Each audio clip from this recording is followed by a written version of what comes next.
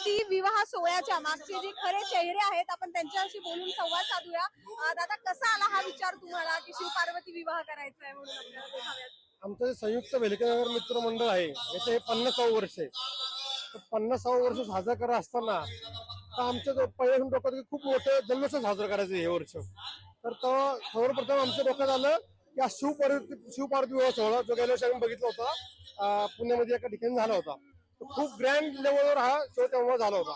तर आम्ही तेव्हा ठरलो होतं की नेक्स्ट आपलं 50वे वर्ष हे शिवपार्वती विवाह सोहळा हा कोथरूडमध्ये होणार म्हणजे होणार, आणि तो पण आमचा मंडळ. दादा, किती अवघड झालं होतं तुम्हाला म्हणजे हे सगळं जमवण्यासाठी? कार्यकर्त्यांचं पाठबळ असेल तर काही अवघड जात नाही. हा. आणि दादा, कसं वाटतंय म्हणजे तुम्हाला आता तुमचा जो प्रतिसाद आहे हा सगळे नागरिक इथं थांबलेले आहेत हे शिव सोहळा म्हणजे लग्न सोहळा बघण्यासाठी, कसं वाटतंय तुम्हाला? खूप छान वाटतं. आमच्या कष्टाचं बाप्पामुळे आमच्या कष्टाचं चीज झालं.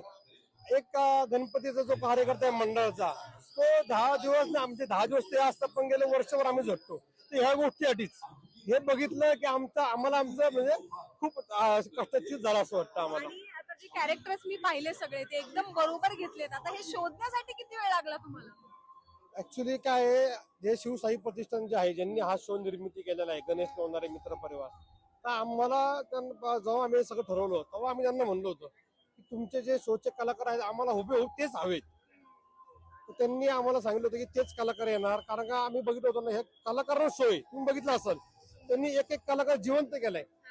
म्हणजे शिवप्रभू असू, पार्वती असू, इव्हन की जे महाकाल वगैरे तुम्ही बघितलं असेल जे आहे जे सखी आहेत त्यांनी अक्षरशः प्राण ओतलाय असं आहे. आणि त्यामुळे हा भव्य जीवन देखावा एक उंच लेवलला नेक्स्ट लेवलला गेलाय.